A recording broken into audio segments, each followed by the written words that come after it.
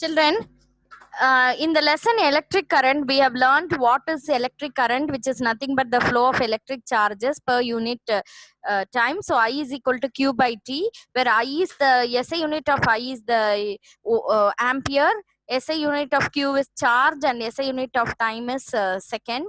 So I is equal to Q by T we have learned, and I also taught you about the potential difference, which is also called as voltage, which is nothing but W by Q. That is the amount of work done in moving a unit charge from infinity to that point against the electric field. So that also I taught you. So V is equal to W by Q.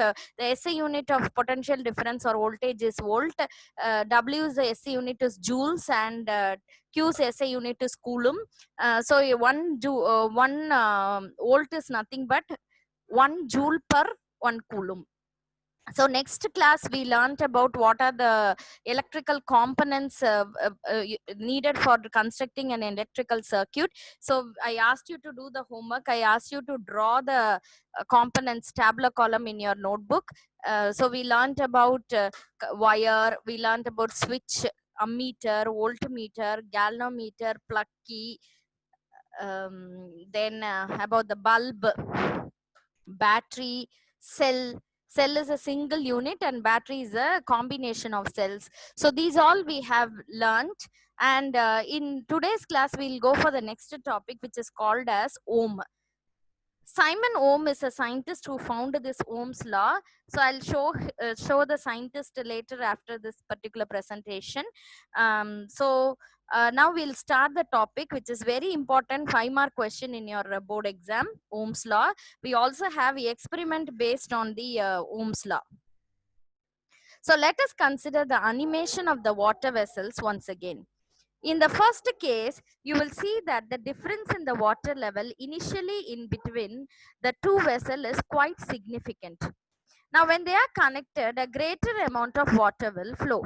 Why is this happening? If you recall what had mentioned in the previous topic, previous classes, the vessel has a capability to do work in order to transfer the water from this end is the vessel to the into the vessel to the into the other vessel. We can say that more the difference in water level, the greater will be the potential of this vessel to transfer the water to the other vessel. You will notice that the moment the pipe is connected, water rushes it from the first vessel to the second vessel.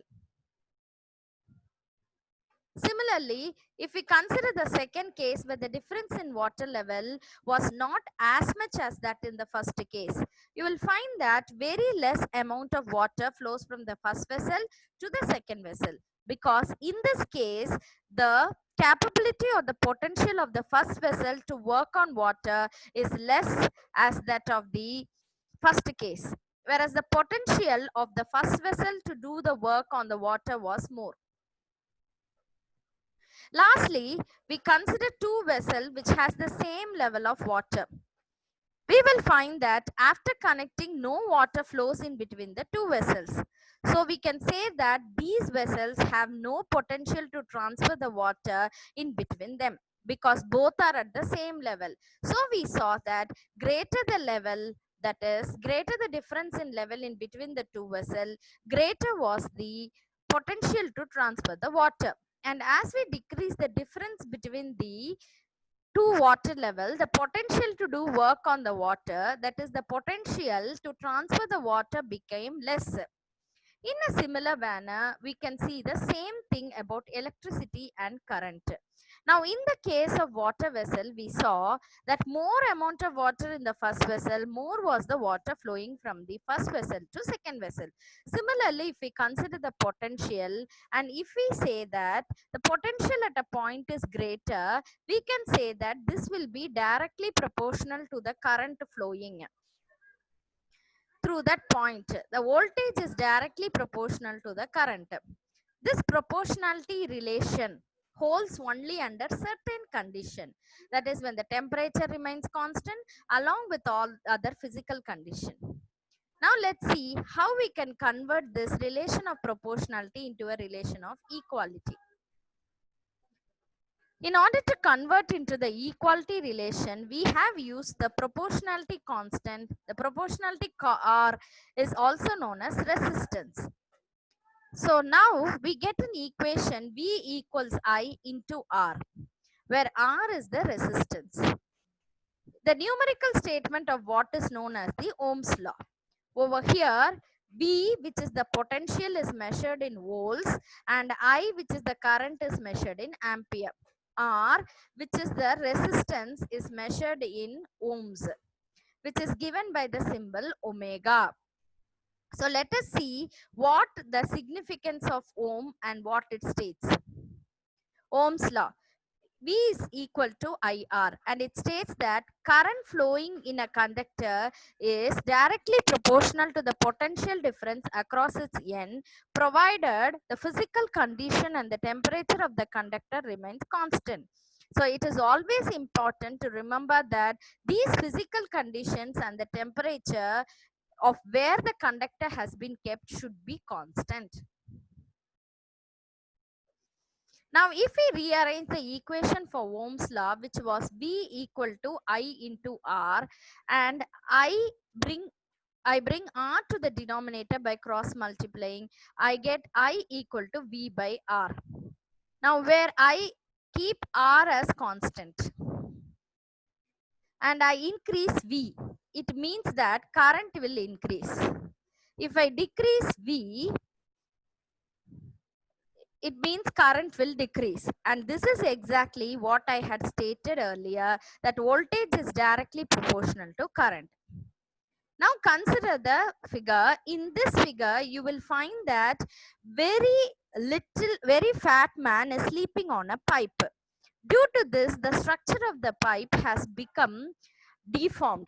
Now you notice that the man in the middle is trying to get into the pipe because he has to clean the pipe, and this friend, he is pushing him to trying him to help through him to go into the pipe. But because of the fat man, the man from one end of the pipe to the other end cannot be moving. So he is offering a greater amount of resistance to the path of the man, that his friend is also not able to push him in.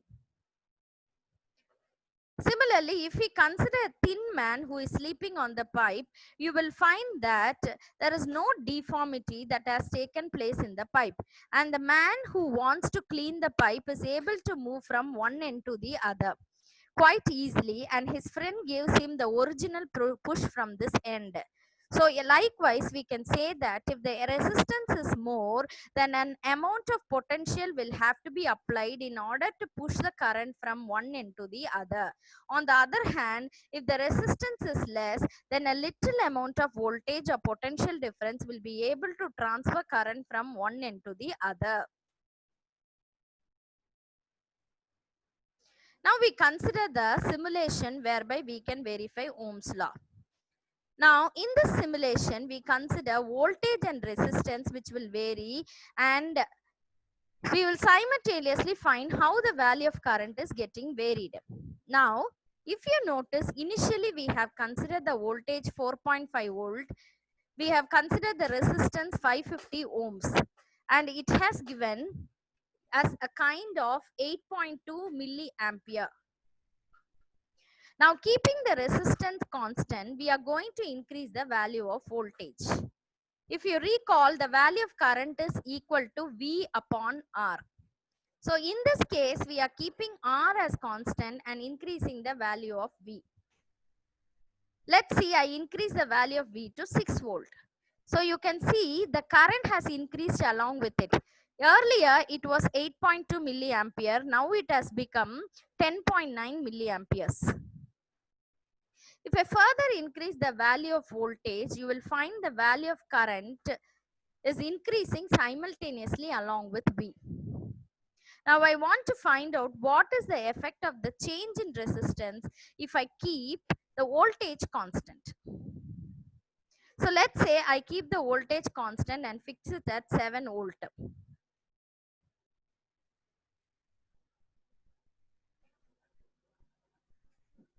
Okay, sorry. 7 volt. Okay, 1 minute.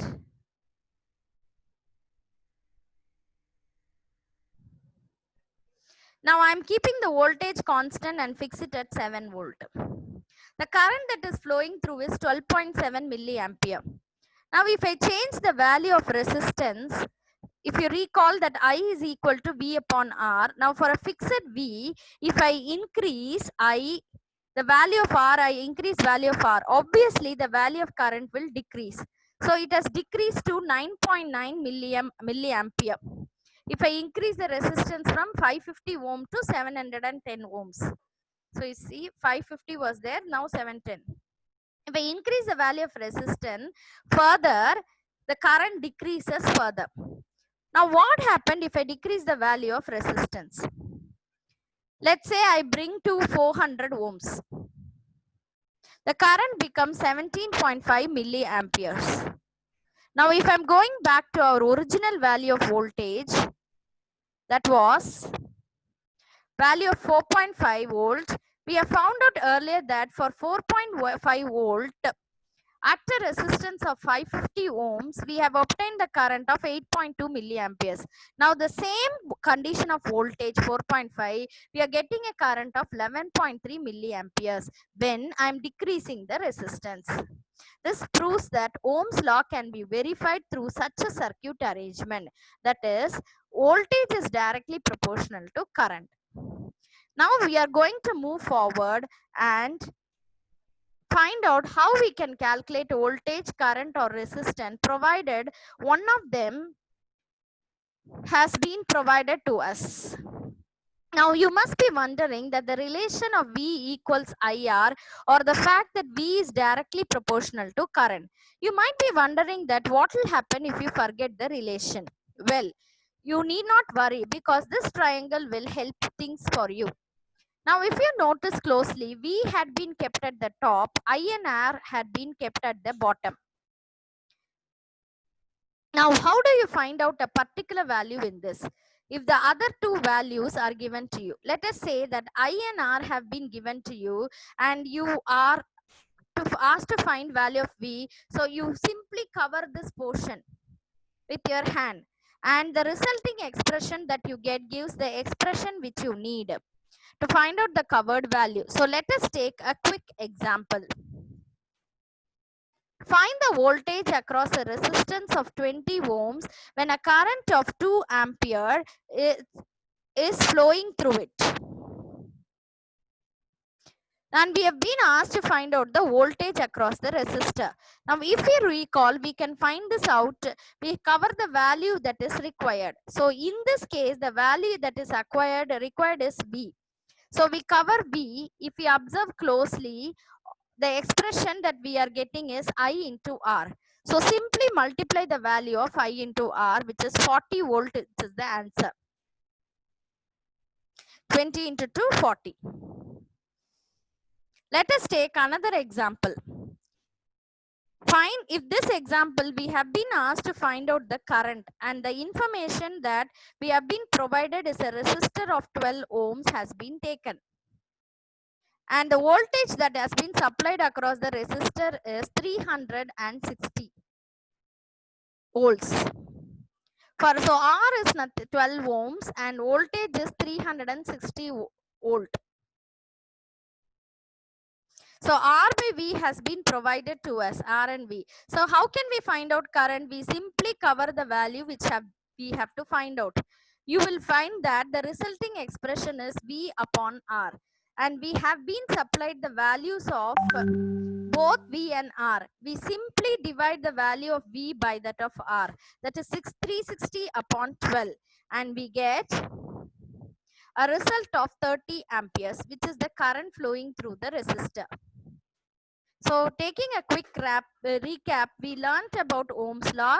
Ohm's law states that voltage is directly proportional to current. And we can equate voltage and current if we consider a constant of proportionality. This constant of proportionality, or R, is known as the resistance of the conductor. So V was given as I into R.